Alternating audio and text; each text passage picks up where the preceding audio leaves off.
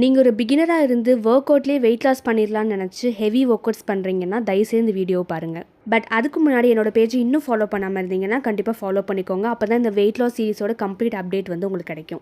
நிறைய பேர் வெயிட் லாஸோட ப்ராக்ரஸை சீக்கிரமே பார்க்கணுங்கிறதுக்காக கிராஷ் டயட் இருந்துட்டு இஷ்டத்துக்கு intense work out and cardio பண்ணிட்டு இருக்காங்க.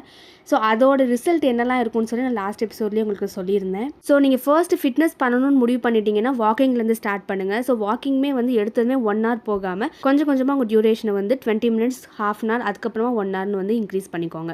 இதே மாதிரி கண்டினியூஸாக ஒரு 10 to 15 days நீங்கள் வாக்கிங் போனீங்கன்னா உங்கள் பாடியுமே ஆட்டோமேட்டிக்காக ஒரு ஃபிட்னஸ் லைஃப் ஸ்டைலுக்கு அடாப்ட் ஆகிடும். இந்த மாதிரி இல்லாமல் நீங்கள் ஹெவி ஒர்க் அவுட்டை எடுத்ததுமே பண்ணீங்க அப்படின்னா உங்கள் பாடி டயர்ட் ஆகி ஆட்டோமேட்டிக்காக செகண்ட் டேவே உங்களால் ஒர்க் அவுட்டே பண்ண முடியாத அளவுக்கு ஆகிடும். ஸோ ஒர்க் அவுட் பொறுத்த அளவு கன்சிஸ்டன்சி தான் முக்கியம். ஸோ கன்சிஸ்டண்ட்டாக உங்களால் எதை பண்ண முடியுதோ அந்த ஒர்க் அவுட்டை நீங்கள் சூஸ் பண்ணிக்கோங்க. அண்ட் நீங்கள் எந்த ஒர்க் அவுட் பண்ணாலுமே ஒரு ப்ராப்பரான வார்ம் அப்ஸ் இல்லாமல் நீங்கள் ஸ்டார்ட் பண்ணாதீங்க. That is not advisable. And எனக்கு வார்ம் அப்பில் என்ன ஸ்ட்ரெச்சஸ் பண்ணணும்னு தெரியாதுன்னு நினச்சிங்கன்னா கீழே வார்ம் அப்னு கமெண்ட் பண்ணுங்கள், நான் ஷேர் பண்ணுறேன்.